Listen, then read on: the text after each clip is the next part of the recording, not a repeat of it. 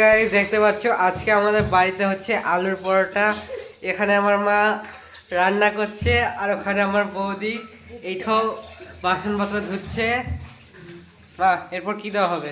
প্রথমে কড়াইয়ে তেল দিলাম, তেল দিয়ে পেঁয়াজগুলো দিলাম, তারপরে একটু স্বাদের জন্য জিরা দিলাম, দেওয়ার পরে বাটা রসুনটা দিলাম, দেওয়ার পরে এগুলো ভাজা ভাজা করছি। এখন দিব আমাদের বাড়িতে আবার একটু লঙ্কা বাটা, না হলে স্বাদ লাগে না, বুঝলেন তো? এই যে দিচ্ছি লঙ্কা বাটাটা এবার। ও জমবে লাল লাল এই লঙ্কা আহা। বাটা, লঙ্কা বাটাটা দেওয়ার পরে এই যে আলুগুলো সিদ্ধ করে মেখে রেখেছি বাহ এইগুলো আশা।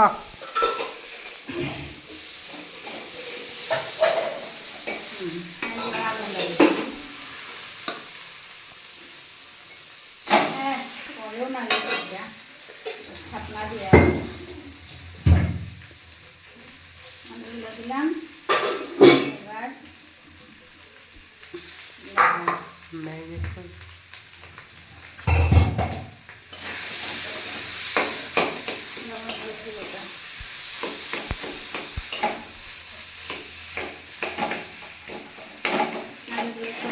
করছি, দিচ্ছি। তারপরে হলুদের গুঁড়া দিচ্ছি রঙের জন্যে। হলুদ কত দিচ্ছ? হলুদ এই হাফ চামচ দিলেই হয়ে যাবে। তারপরে এগুলাকে এবার ঘাটাঘাটি করবো, ভালো করে ঘাটাঘাটি করবো যেন সব মিশে একাকার হয়ে যায়।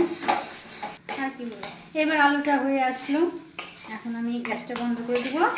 দেওয়ার পরে এইগুলো একটা করে গুটি করব, করে ওর মধ্যে বেলে বেলে ভাজা হবে। তরকারিটা হয়ে আসলো, এবার একটু গ্যাসটা বন্ধ করে দেবো। অপরদিকে আমার প্রিয় বৌদি ময়দা মাখানো ময়দার টুকরোগুলো গোল করছে, এরকম দেখতে পাচ্ছ, একদম ক্লিন পরিষ্কার। আর দেখতে পাচ্ছ এর সাথে আমাদের ময়দাগুলো করা হয়ে গেছে। এবার আমার প্রিয় বৌদি এগুলি এখন গোল করছে। বাহ, অসাধারণ করে গোল করছে। তো দেখতে পাচ্ছ এক এক করে সব এখানে ময়দার গুটিগুলো গোল করা হচ্ছে। আচ্ছা গাইস, এবার দেখতে পাচ্ছ যে আমার বৌদি এই ময়দাগুলিকে কি করছে, বলো না কি করছে? হ্যাঁ, ব্যাটারের জন্য প্রস্তুত করা হচ্ছে। এবার দেখতে পাচ্ছ এখানে ব্যাটারটা দেওয়া হচ্ছে, আলুর ব্যাটারটা দেখতে পাচ্ছ একদম সেই করে বানানো হচ্ছে। তারপরে এইভাবে গোল করতে হয়। হয়ে গেছে আমাদের প্রথমটা হলো, এবার দ্বিতীয় হচ্ছে।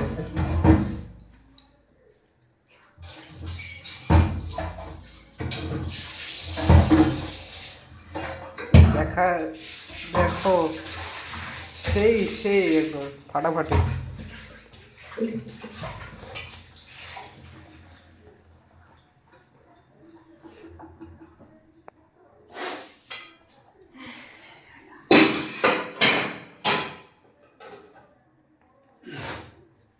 দ্বিতীয়টিও হলো। আর এইভাবে আমরা সমস্ত এই ময়দা গুঁটোগুলোকে এর ভিতরে ব্যাটার দিয়ে তৈরি করে নিব ছোট্ট একটি গোল সাইকেলের চাকার মতো। এবার এক পাত্রে তেল নেওয়া হচ্ছে, সাদা তেল। তো দেখতে পাচ্ছ লাস্ট যেটা হয়েছে, মানে আলুটা শেষ পর্যন্ত এটা হইল, লাস্ট শেষটা হচ্ছে। এবার আলু দিয়ে ময়দার ভিতরে এগুলো করার কাজ শেষ, হয়ে গেছে আমাদের ভাজাভাজি শুরু হবে। গোল করা। দেখতে পাচ্ছ সব প্রায়। আর একটা এক্সট্রা ছিল, সেটি মা নিজে করতেছে, একটু করার চেষ্টা করছে। তো আমরা একটু দেখিনি কিরকম করে করছে।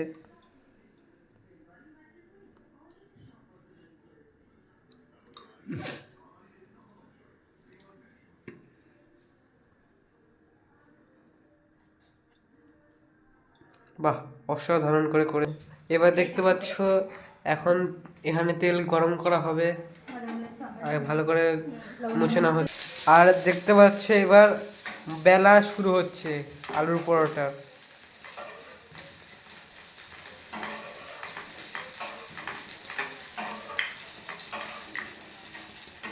ও হেভি!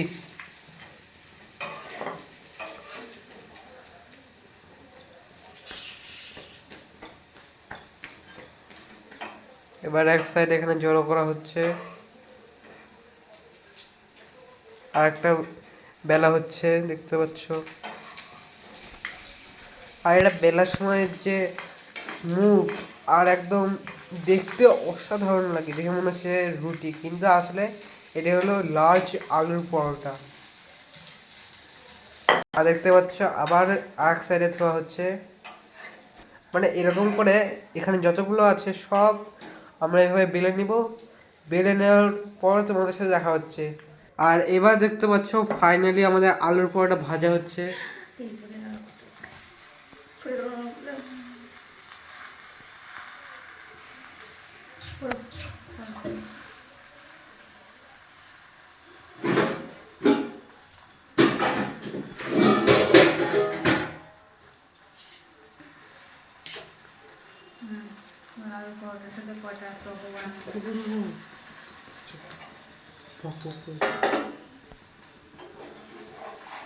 দেখতে পাচ্ছ কত বড় লার্জ পরোটা।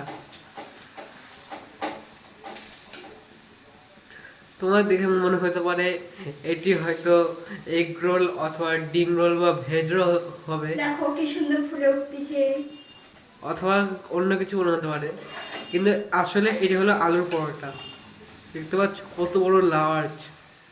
তোমরা বাড়িতে বানিও এবং আমাদের জানিও যে কিরকম হয়েছে।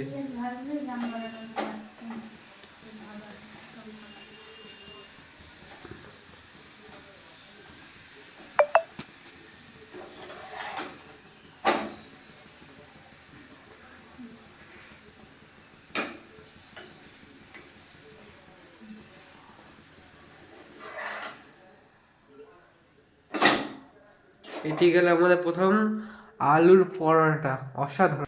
তো গাইস দেখতে পাচ্ছ লাস্ট দুটো বাকি আছে, আর ওখানে ভাজা এখনো হচ্ছে। লাস্ট দুটো বেলা হলে ভাজা হয়ে তোমাকে বলবো যে কিরকম হয়েছে। দেখতে পাচ্ছ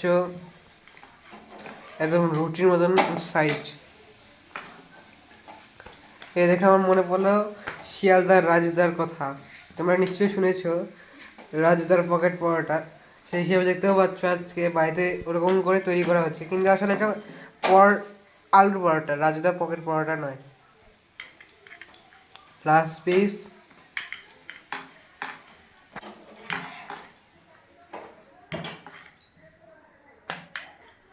আর কমেন্ট করে জানাবে যে তোমরা এই আলু পরোটার কি নাম দিতে চাও। আর ফাইনালি আমার তৈরি শেষ, বেলা হয়ে গেল।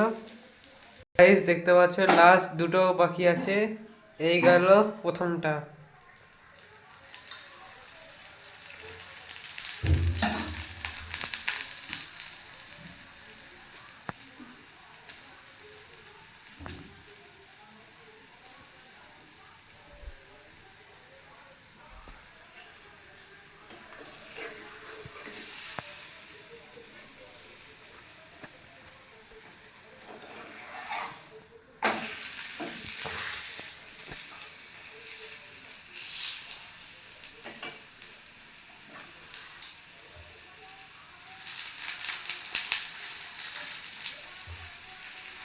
দেখতে পাচ্ছ সেই ফুলছে।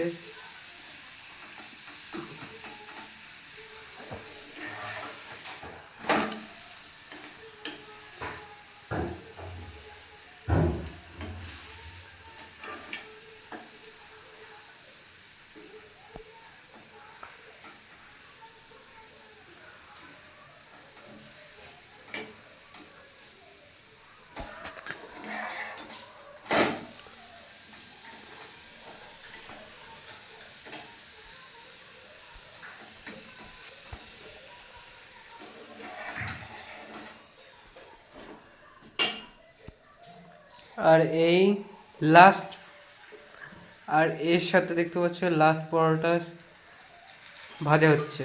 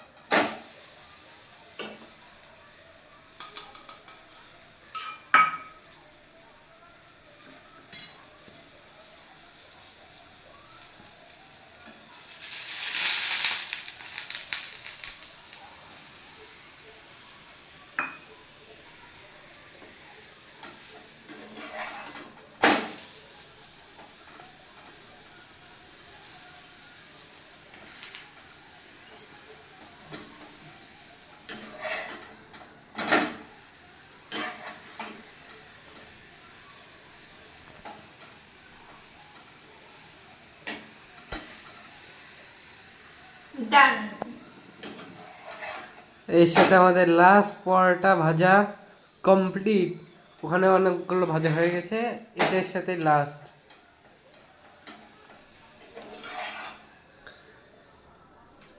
বাস, দেখতে পাচ্ছ কত বড়। বলুন আপনার। এই সাইডে দেখতে পাচ্ছ আমাদের আলুর পরোটা আছে, আর এখানে কয়েকটি বেসন মানে আলু ছিল, সেগুলি দিয়ে এখানে সুন্দরভাবে মানে করা আলুর চপ করা হয়েছে, তোমরা দেখতে পাচ্ছ। আর দেখতে পাচ্ছ এখানে আলুর পরোটা চলে এসেছে, এবং এর সাথে আর একটু তরকারি চলে এসেছে, যেটা দুপুরে তৈরি করা হয়েছিল। লাউয়ের ঝোল আর বড়ি দিয়ে তৈরি হয়েছে।